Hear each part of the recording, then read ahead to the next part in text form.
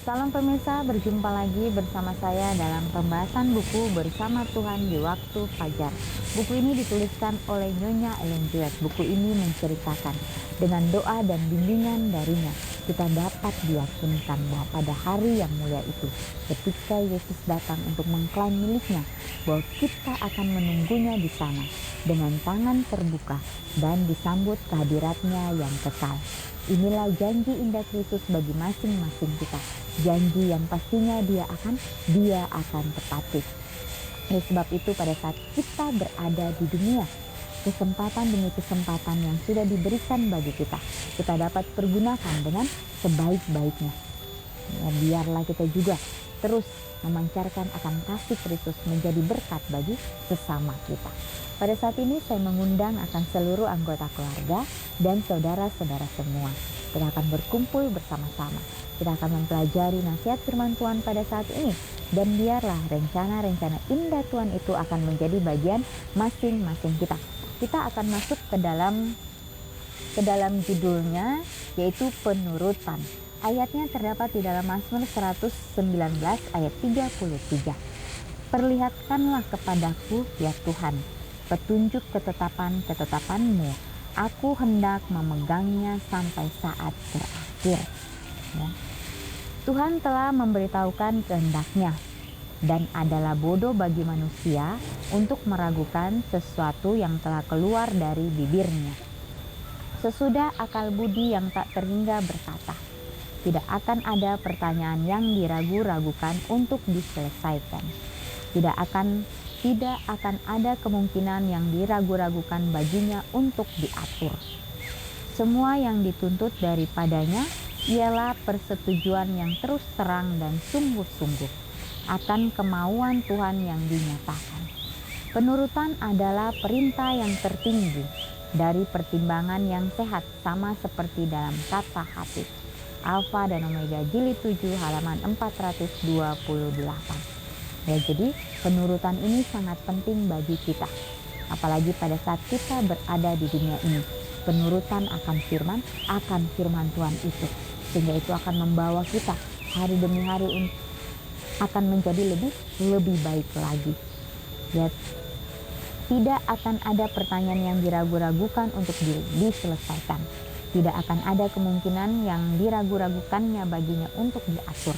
Ya, semua yang dituntut daripadanya ialah persetujuan yang terus terang dan sungguh-sungguh akan kemauan Tuhan yang dinyatakan. Ya, penurutan adalah perintah yang tertinggi. Ya, jadi inilah ya bagaimana penurutan itu sangat penting bagi kita umat-umat Tuhan yang hidup pada saat ini. Sebagaimana Kristus pada saat dia berada di dunia, bagaimana dia mempunyai penurutan kepada Bapaknya, penurutan yang begitu sempurna yang Yesus tunjukkan bagi kita. Inilah teladan yang harus kita ikuti. Walaupun dalam kehidupan kita, ya kita manusia biasa, kita tidak sempurna, tetapi dengan kemauan kita, ya dengan hati yang tulus, bila mana kita lakukan itu, maka Tuhan akan menuntun kita. Di atas segalanya, biarlah anak-anak diajar bahwa penghormatan yang benar ditunjukkan oleh penurutan. Tuhan tidak memerintahkan sesuatu yang tidak perlu, dan tidak ada cara lain untuk menyatakan penghormatan yang begitu menyenangkan kepadanya daripada penurutan kepada apa yang telah ia katakan. Ini ditulis di dalam Seri Membina Keluarga jilid 3 halaman 229.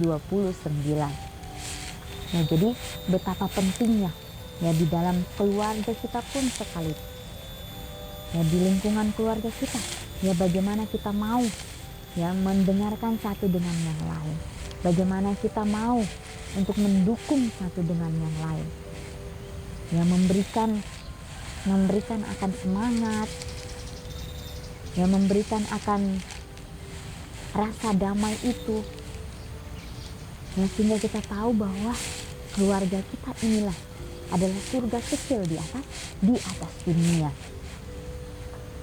Dikatakan di atas segalanya, Biarlah anak-anak diajar bahwa penghormatan yang benar ditunjukkan oleh penurutan. Hanya sedikit orang tua yang cukup dini mengajarkan penurutan kepada anak-anaknya. Anak-anak biasanya diperbolehkan untuk mendapatkan 2 atau 3 tahun permulaan dari orang tuanya yang menahan untuk mendisiplinkannya.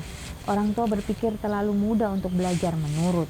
Ya, tapi selama masa ini keinginan diri tumbuh kuat dalam hati anak itu.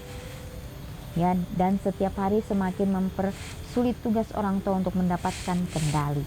Ya, pada usia yang sangat dini, anak-anak dapat memahami apa yang dengan jelas dan sederhana dikatakan kepada mereka. Dan dengan pendidikan yang baik dan bijaksana mereka dapat dididik untuk menurut. Nah, jadi harus mulai dari dini. Ya, jangan sampai terlambat. Ya, mungkin dimulai dari dalam kandungan. Ya, bagaimana seorang ibu harus menguasai akan segala tingkah lakunya pada saat dia sudah mengandung akan anak tersebut. Ya, karena Tuhan kita adalah Tuhan yang dapat memberikan kita kesanggupan untuk di setiap apapun yang kita lakukan. Ya, kalau kita mau untuk dilatih, pastinya Tuhan akan memberikan kita kekuatan itu. Ya, jadi jangan sampai terlambat. Ya, walaupun mungkin kita sudah terlambat, ya kita akan lebih keras lagi bekerja, kita akan lebih keras lagi untuk datang kepada Tuhan, untuk meminta akan bimbingannya. Selama masa ini keinginan diri tumbuh kuat dalam hati, ya, dan setiap hari semakin mempersulit tugas orang tua untuk mendapatkan kendali. Pada usia yang sangat dini, anak-anak dapat memahami apa yang dengan jelas dan sederhana dikatakan kepada mereka. Nah, jadi sama seperti Kristus pada saat dia berada di dunia, ya, ibunya Maria selalu membacakan firman Tuhan itu kepada Yesus, ya, di dalam hidupannya. Ya, jadi pada saat Yesus masih kanak-kanak, Maria terus membacakan sehingga itu tertanam di dalam pikiran daripada Yesus, sehingga dia tahu apa yang harus dia lakukan. Ya, bahwa dia kembali lagi ke dalam firman Tuhan, apa yang dikatakan oleh firman Tuhan. Dan karena dari anak-anak itulah pada saat kita menanamkan dia kebenaran firman Tuhan, maka dia akan selalu mengingat terus. Dan pada saat ada salah yang dia lihat, dia tahu itu salah dan dia akan menghindar dari semuanya itu.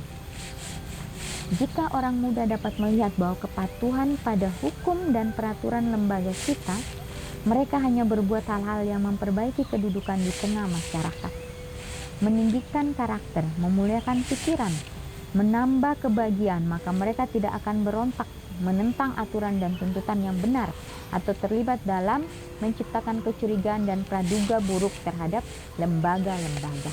Ini tulis dalam Amanat kepada Orang Muda halaman 222. Nah, jadi kembali lagi, ya, bagaimana Tuhan kita, ya, kembali lagi menuntun orang-orang muda untuk datang kepada Kristus, karena orang-orang muda inilah yang akan menjadi penerus-penerus di masa yang akan datang, sehingga harus diberikan suatu pelajaran yang teguh, suatu pelajaran yang dapat mengokohkan akan pendirian mereka di akhir zaman ini. Biarlah kita mau terus belajar daripada firman Tuhan, mengajarkan anak-anak kita sebelum terlambat. Ya, walaupun sudah terlambat, kita doakan kepada Tuhan, kita minta, pasti Tuhan akan membukakan jalan bagi kita. Ya, dan di sini juga dikatakan betapa pentingnya untuk meninggikan karakter, memuliakan pikiran, dan menambah kebahagiaan. Maka kita tidak akan berontak menentang aturan dan tuntunan yang benar. Ya, jadi harus dilatih hari demi hari. Ya, sebagaimana Kristus pada saat dia berada di dunia. Pada saat Yesus berada di dunia, dia juga bekerja di dalam keluarganya. Bagaimana dia membantu akan ayahnya di bengkel pertukangan kayu. Ya, bagaimana dia bekerja Ya setiap hari, ya walaupun dia masih kecil tapi dia mau dilatih ya untuk bekerja, untuk melakukan semuanya dengan benar, untuk melakukan semuanya dengan sempurna.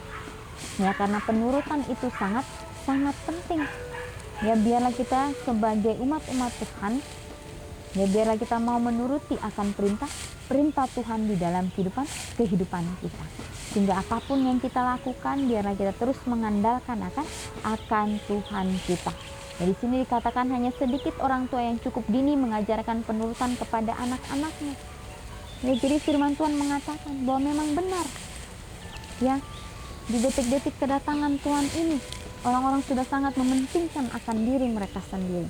Begitu pula dengan orang tua, mungkin mereka sudah sibuk dengan urusannya sehingga mereka melupakan anak-anak mereka.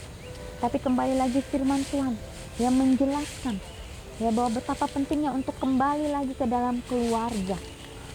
Ya untuk dapat menyelidiki satu dengan yang lain.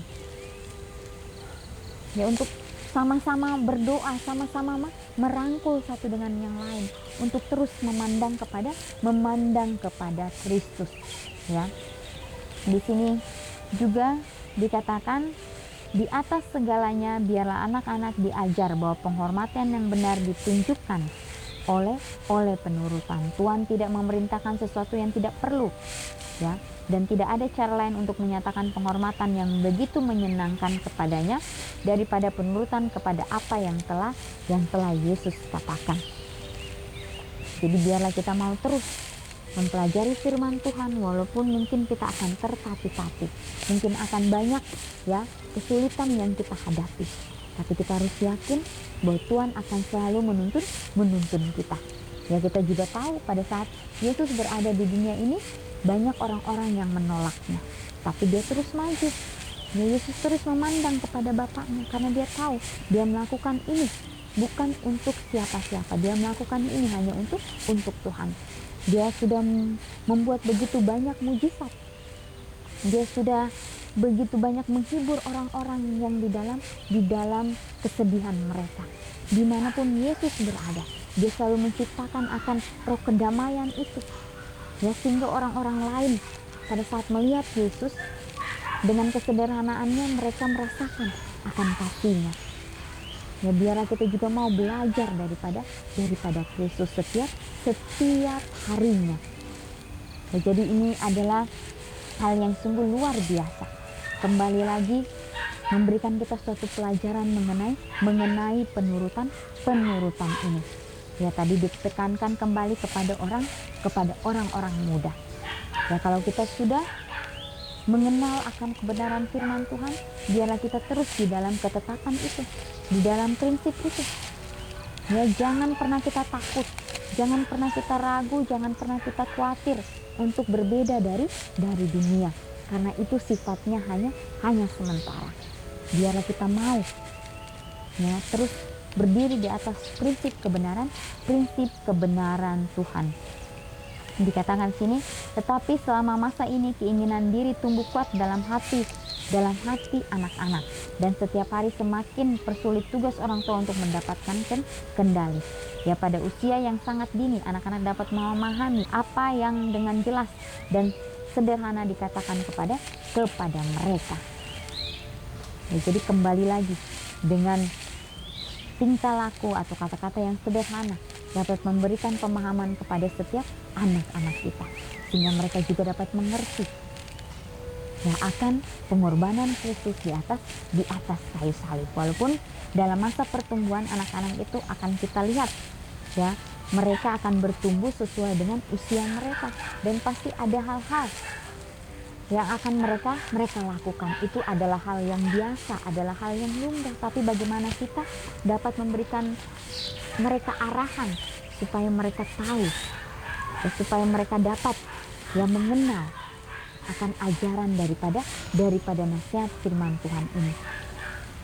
Ya, biarlah kita mau terus mengandalkan Tuhan di dalam kehidupan kita, walaupun akan banyak tantangan yang kita hadapi, tapi kita harus yakin bahwa Tuhan kita akan selalu ada untuk kita.